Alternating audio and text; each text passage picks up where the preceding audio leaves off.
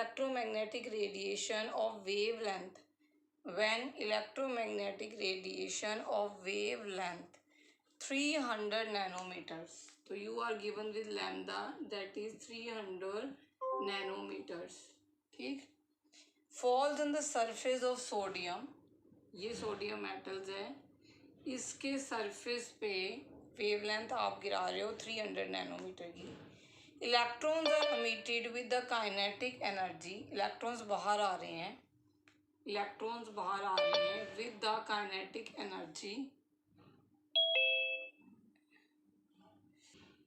ठीक है, with the kinetic energy 1.68 into 10⁵ joules पर मोल की काइनेटिक एनर्जी के साथ। What is the minimum energy needed to remove an electron from the sodium? Means आपको threshold energy कितनी चाहिए, मिनिमम कितनी चाहिए, ठीक है, we have to find the minimum energy needed. तो हमें क्या मिनिमम हम बाद में निकाल लेंगे, ठीक है। अब अगेन मैं फिर से रिपीट कर रही हूँ बेटे, पहले न्यूमेरिकल समझो। ये कह रहे हैं कि when electromagnetic radiation of wavelength 300 nanometre falls on the surface of sodium, wavelength कितनी है इसकी 300 नैनोमीटर, सरफेस पे आपने गिराई तो आपको जो इलेक्ट्रॉन इजेक्ट हुए, the electron are emitted with the kinetic energy इतनी। अब आपको थ्रेशोल्ड एनर्जी, मिनिमम एनर्जी कितनी चाहिए उसको पोजीशन से हिलाने के लिए। What is the maximum wavelength that will cause a photo electron to be emitted, और आपने ये लगाया कि सबसे मैक्सिमम वेवलेंथ, कि यही वेवलेंथ है जिससे इलेक्ट्रॉन बाहर आते हैं, वो भी हमने निकाल के देना है। तो लेट अस स्टार्ट। हमें वेवलेंथ ऑफ फोटोन नैनोमीटर्स में गिवन है पहले, तो हम इनको पहले मीटर में चेंज करें। तो लैम्डा को जब मीटर में चेंज करोगे तो इट इज़ 300 इंटू 10⁻⁹ मीटर्स, ठीक है बेटे। अब हमने एनर्जी के टर्म्स में निकालेंगे, तो एनर्जी ऑफ फोटोन कैसे निकालते हो, energy is equal to H mu, again we are not given with the mu but we are given with the lambda, तो energy is equal to H C over lambda. Now again H is our Planck's constant, okay you have find the answer, very nice, 6.626 into 10⁻34, velocity of light is, and lambda is given to you is 300 into 10⁻⁹, isn't it? तो ये आपको given है, तो इससे हमने energy एक photon की निकाली which will be coming to around this much, okay बेटे, this is energy of one photon.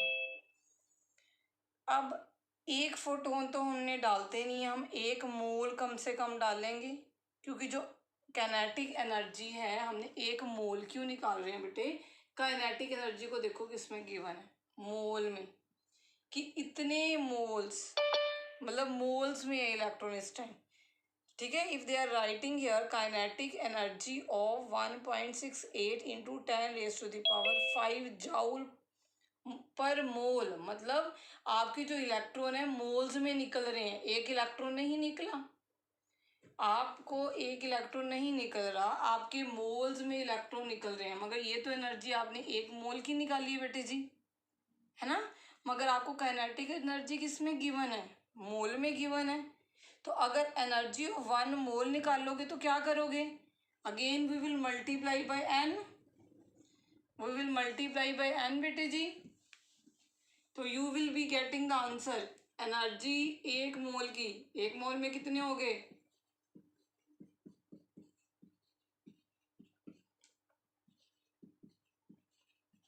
This much, तो इसकी एनर्जी कितनी आ जाएगी, इट इज अराउंड 3.99 इंटू 10⁵। देखो बेटे न्यूमेरिकल को ध्यान से समझना, एग्जाम्स में भी आपने जो आपको यूनिट्स दिए होते हैं उसको ध्यान से स्टडी करना होता है जब भी आप न्यूमेरिकल कर रहे हो। आपको काइनेटिक एनर्जी मोल में गिवन है, आप एनर्जी भी मोल में ही निकाल लोगे, अगर ऐसे निकालते हो तो आप एक चीज की निकाल रहे हो, हमने इतने पार्टिकल्स की एनर्जी निकालनी है, 1 मोल की, तो आपको 1 मोल की एनर्जी आ जाएगी।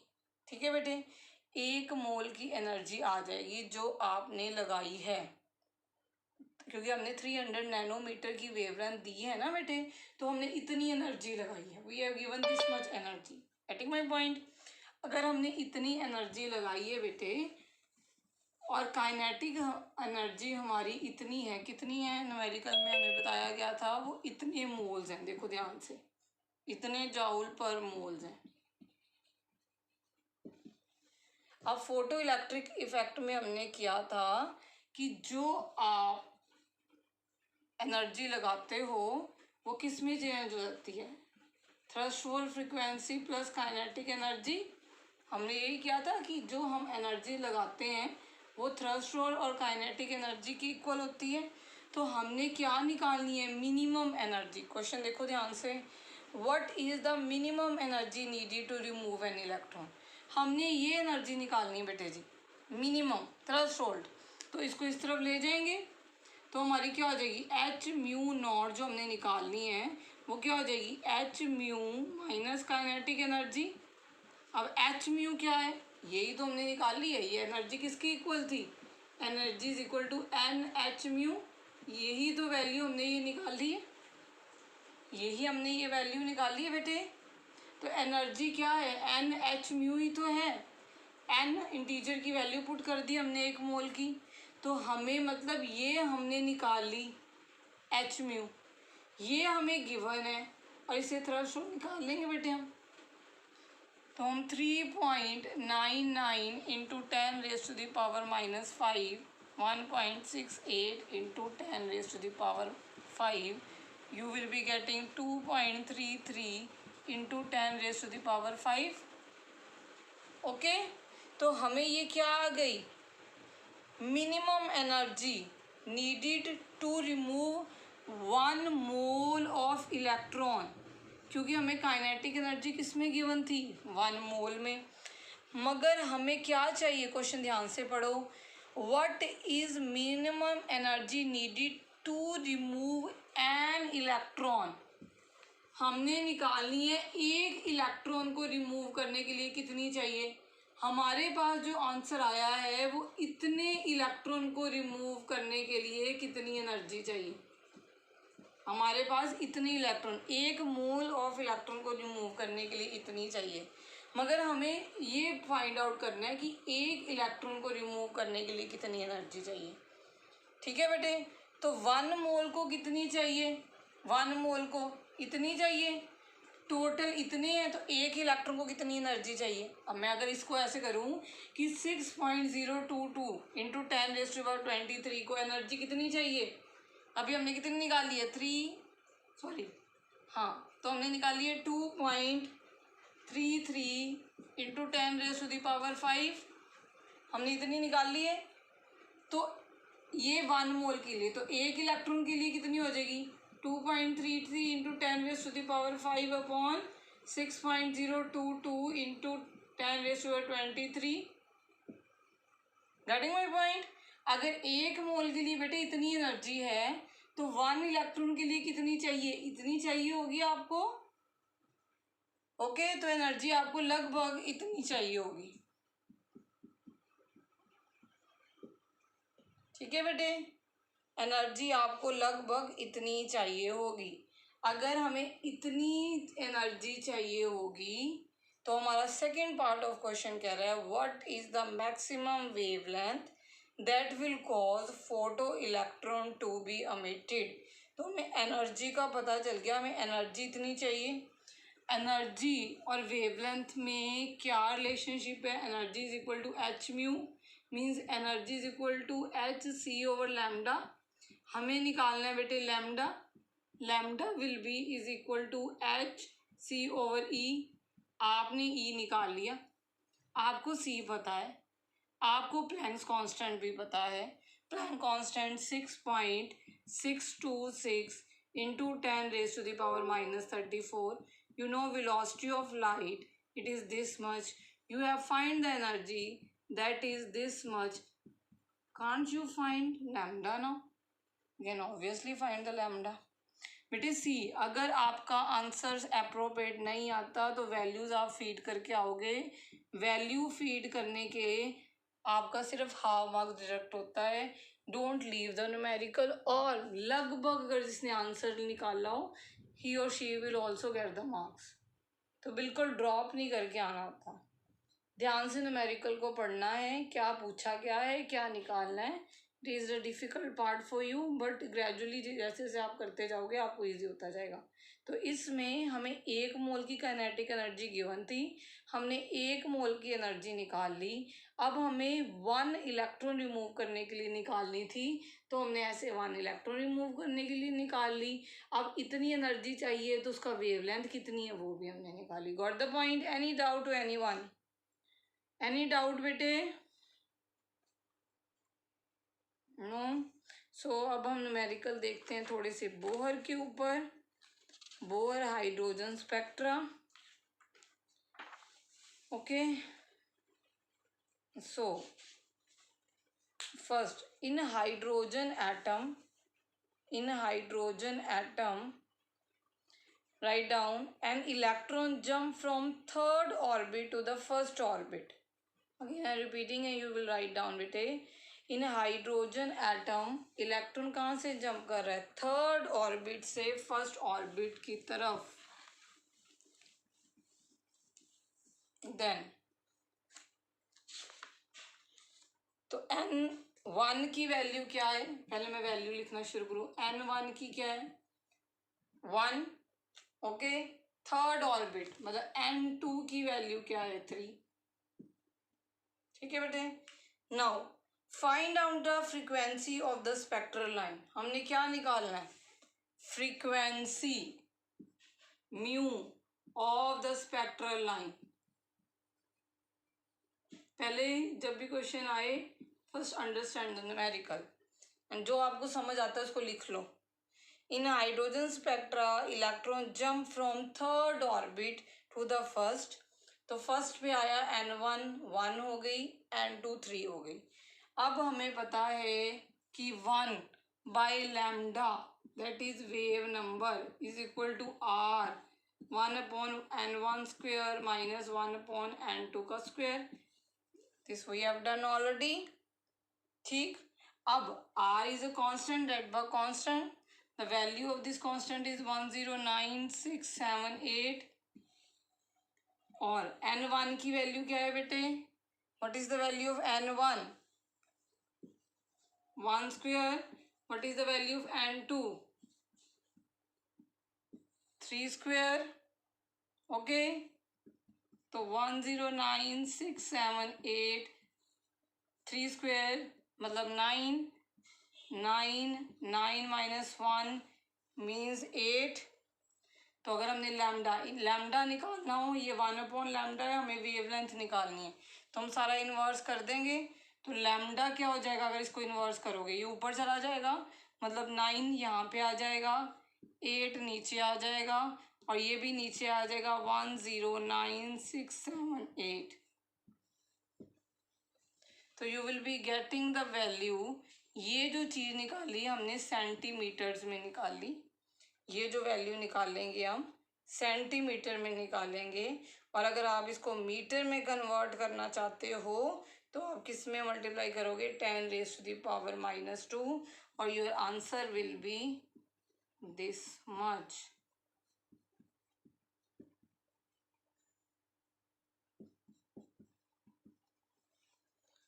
ओके बेटे, तो हमने क्वेश्चन में पहले क्वेश्चन को अंडरस्टैंड किया कि हमने फ्रीक्वेंसी निकालनी है और वो भी हाइड्रोजन स्पेक्ट्रा की N1 N2 की वैल्यू फीड करी। ठीक है, जब N1 N2 की Am I audible बेटे? Am I audible? हाँ जी। Wait.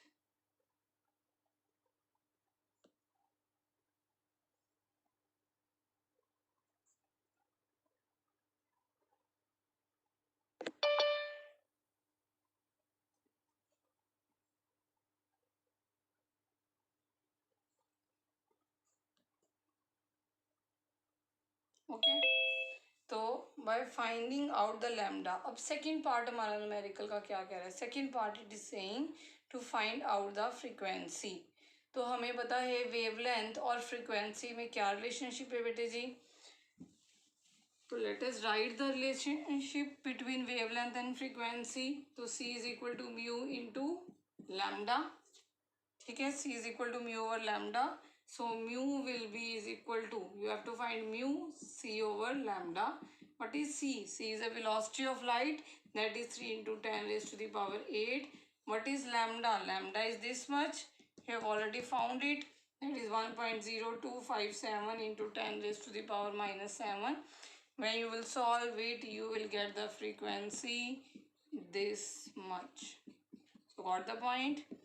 By this way you will solve the numerical. Okay, so next numerical, the wavelength, write the numerical and understand the numerical. The wavelength of first line in Balmer series is 656 nanometer.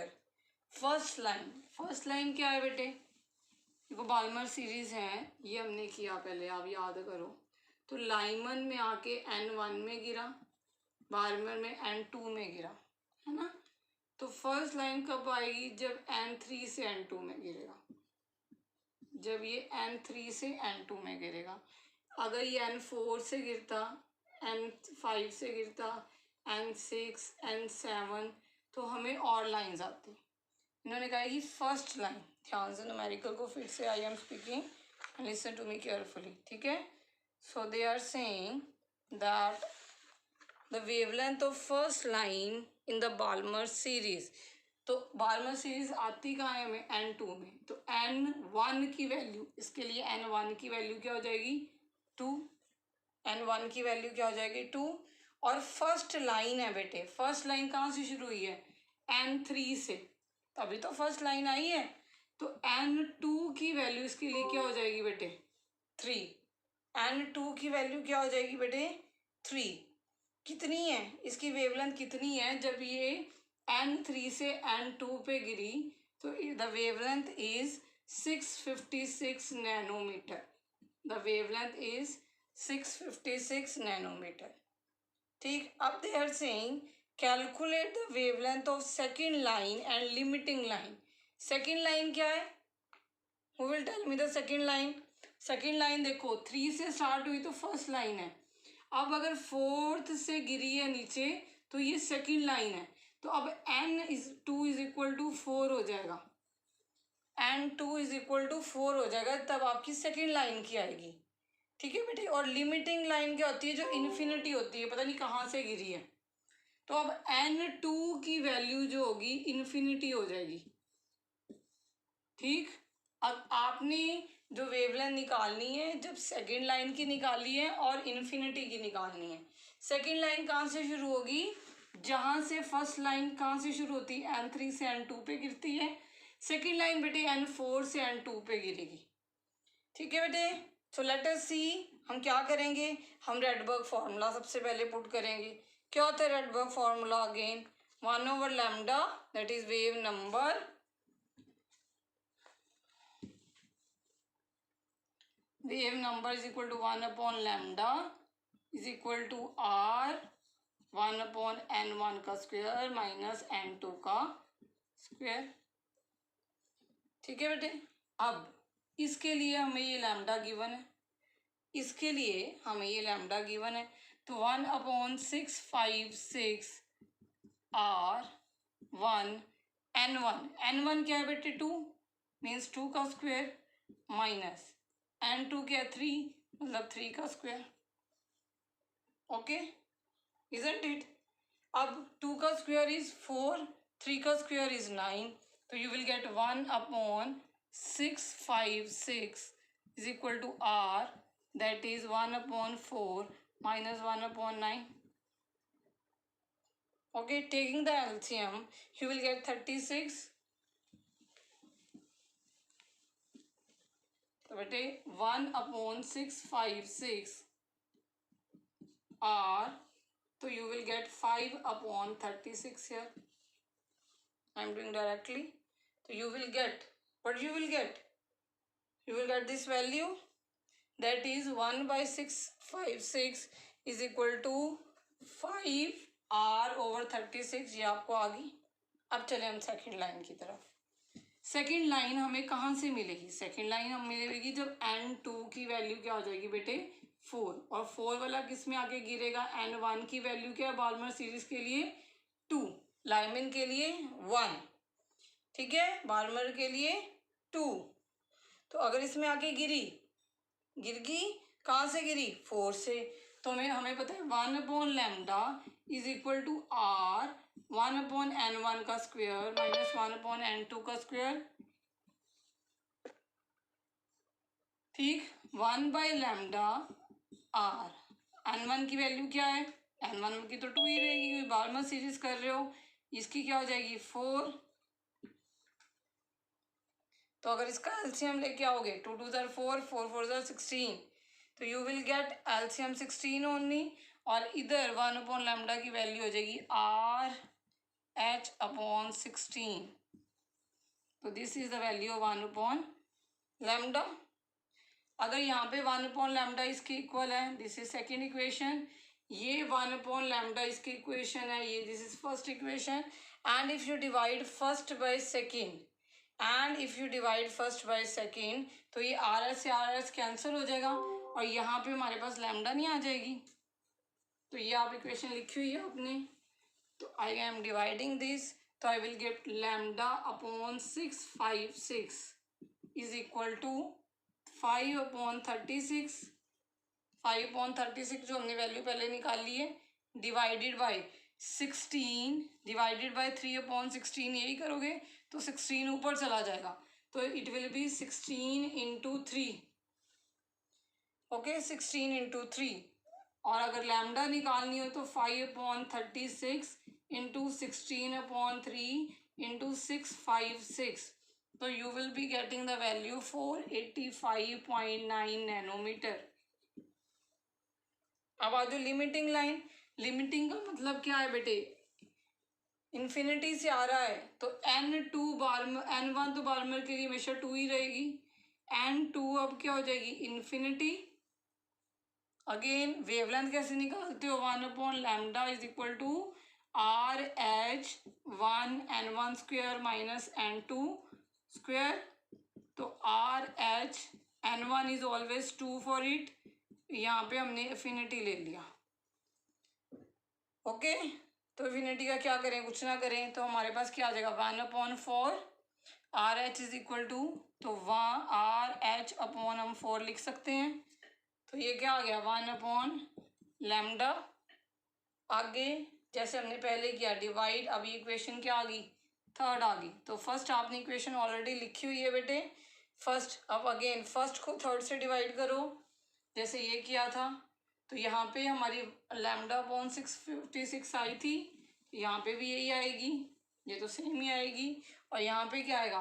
5/36 into 4 by solving. अब lambda क्या आ जाएगा? 5/36 into 4 into 656। when you will be solving it, you will be getting value of 364.4 nanometers. So got the point? ऐसे आपने hydrogen spectra के numerical करने हैं by this way. आपने ये देखना है बेटे आपको सीरीज कौन सी गिवन है। जैसे जैसे आपको सीरीज गिवन होगी वैसे वैसे आपने n की वैल्यू पुट करते जाना है। n1 क्या होगी? लाइमन। n1 बार्मर के लिए क्या होगी? 2, फिर पास्चन के लिए 3, फिर ब्रैकेट के लिए 4, देन पी फंड के लिए 5। अगर बार्मर 2 में आके गिर रही है तो n2 की वैल्यू इसकी 3 से शुरू होगी। अगर आपकी पास्चन 3 में आके गिर रही है तो n2 की वैल्यू इसकी 4 से शुरू होगी। फर्स्ट लाइन इसकी 4 से शुरू होगी, सेकंड लाइन इसकी 5 से शुरू होगी, ये ध्यान रखना आपने, ठीक है। अगर मैं बोलूँ पी फंड जो गिर ही रहा है 5 पे, तो इसकी फर्स्ट लाइन 6 से शुरू होगी, सेकंड लाइन 7 से शुरू होगी, थर्ड लाइन 8 से शुरू होगी। ये चीज़ें आपने ध्यान रखनी होती है। बाकी न्यूमेरिकल ये बहुत इजी होते हैं, जस्ट यू हैव टू रिमेम्बराइज। जो चीज़ अगर 1 में गिर रहा है तो फर्स्ट लाइन इससे 2 से स्टार्ट हो रही है, ठीक है बेटे, I am taking now de Broglie wavelength numerical, one numerical from de Broglie's and then Heisenberg. ठीक, find out the wavelength of 100 gram particle moving with the velocity of 100 metre per second. ठीक, you are given with the mass 100 gram particle, you are given with the mass. ठीक है बेटे, moving with the velocity, velocity you are given with 100 metre per second and numerical में क्या बोला है, find out the wavelength, we have to find out the wavelength. अब wavelength निकालनी है हमें, मास और वेलोसिटी गिवन है, हमें पता चलना चाहिए कि हमने डी ब्रॉगलीज लगानी है, क्योंकि लैम्डा और मास और वेलोसिटी में जो रिलेशनशिप दी थी वो डी ब्रॉगली ने दी थी, तो हम lambda is equal to H M V कर देंगे। ये ध्यान रखना है एग्जाम में कि कहाँ पे कौन सा फॉर्मूला लगना है, डी ब्रॉगली कब लगना है, हाइड्रोजन स्पेक्ट्रा कब लगना है। देखो मास और वेलोसिटी हमें दे रहा है, वेवलेंथ हमने निकालनी है, तो here it is a de Broglie. अब मास हमें किस में दे रहा है, ग्राम में, हम निकालते हैं केजी में, तो हम इसको क्या कर दें, केजी में कन्वर्ट इनटू 1000 करोगे तो you will get 0.1 kg, I am writing as such. ठीक है, ओके बेटे, प्लैंक्स कांस्टेंट की वैल्यू क्योंकि हम केजी में लेते हैं, केजी मीटर पर मीटर स्क्वायर सेकेंड इनवर्स, तभी मास को भी हमने केजी में किया। अब हम वैल्यू पुट करना शुरू करें, ये क्या हो जाएगी। ठीक है, अब मैंने केजी क्यों किया, क्योंकि प्लैंक्स कांस्टेंट इसमें होता है। ओके बेटे, प्लैंक कांस्टेंट के यूनिट्स ये वाले हैं, ये भी हमने केजी में कर दिया।